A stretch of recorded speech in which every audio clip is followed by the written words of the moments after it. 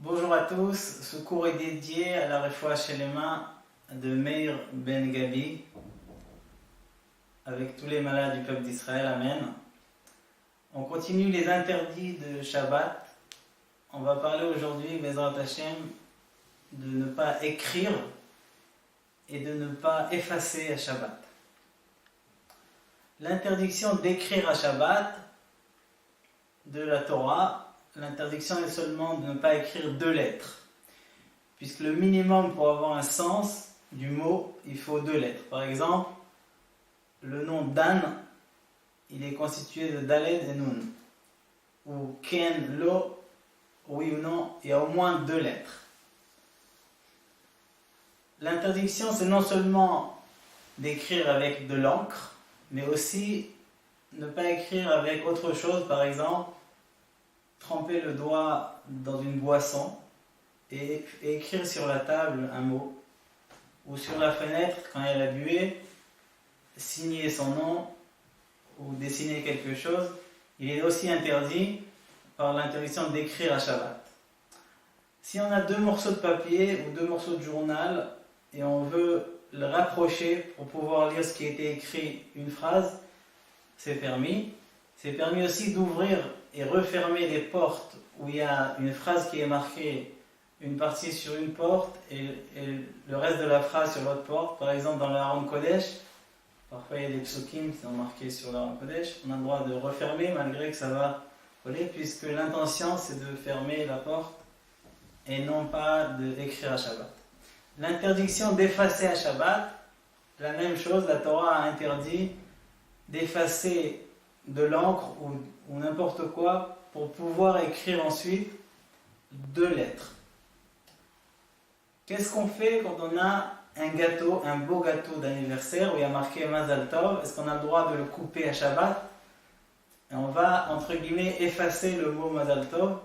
Oui, c'est permis, puisque c'est la façon de manger et c'est pas l'intention d'effacer. La même chose quand on va ouvrir les emballages d'alimentaire ou autre chose, et impérativement on va déchirer les lettres qu'il y a sur l'emballage, c'est moutar. Un petit mot de la paracha Lech Lecha. Akadosh Baruch Hu dit à Avraham Avinu, Lech Lecha me'artzecha u'mimolatecha u'bet avecha. Quitte ta patrie, ta maison, tes parents, et pars à l'endroit où je vais te montrer. Et Rashi explique, Lech Lecha, ça veut dire quoi Lech Lecha? Va-t'en pour toi, pour ton bien.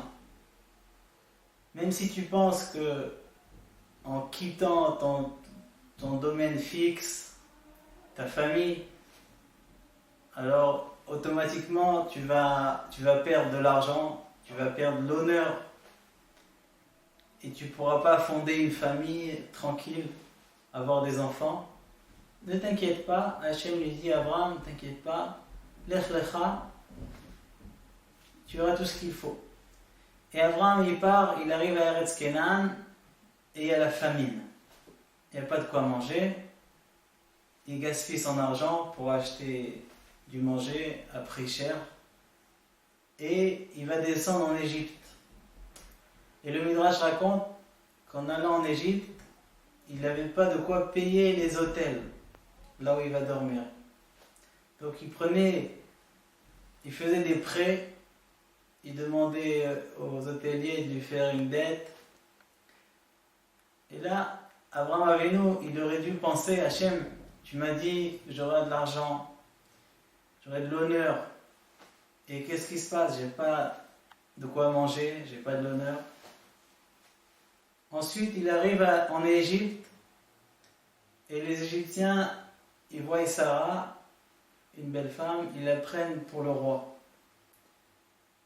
Et tu m'as promis des enfants, tu m'as promis une famille. Et qu'est-ce qui se passe? Tout l'inverse. Et Rachid dit, Avraham Avinu, il n'a pas eu de réflexion contre Hachem. Alors on va préciser, il n'a pas eu de réflexion contre Hachem, ça ne veut pas dire que c'était pas difficile pour lui. Ça ne veut pas dire qu'il n'était pas en épreuve, en tristesse. Mais il a lutté contre son Yetzer Hara, son mauvais penchant.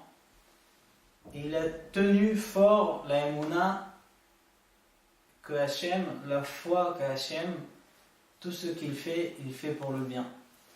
La suite, la Torah raconte que Paro lui a rendu Sarah après que l'ange est venu la nuit pour le taper. Il lui a donné beaucoup d'argent, il était publié comme un grand sadique.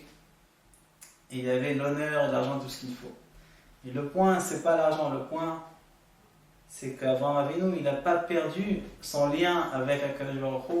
Et c'était ça sa force. Et nous, comme les enfants d'Avraham, Isaac et Jacob, celui qui prend ce chemin, malgré s'il voit des choses dans sa vie où ils viennent contre lui, et il fait du bien et encore des choses difficiles, il faut tenir. Il faut tenir. Ensuite, on va gagner les deux choses comme Avraham Avinu.